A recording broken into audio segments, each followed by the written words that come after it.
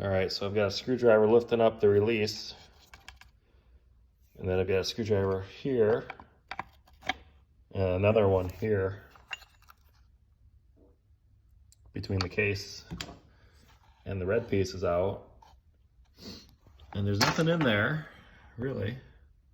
It just won't come out. It looks like it's bending around this shaft on the inner part right there that you can't really see.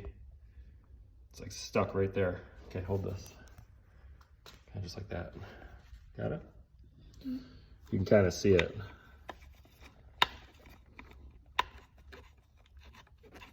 You see it bend.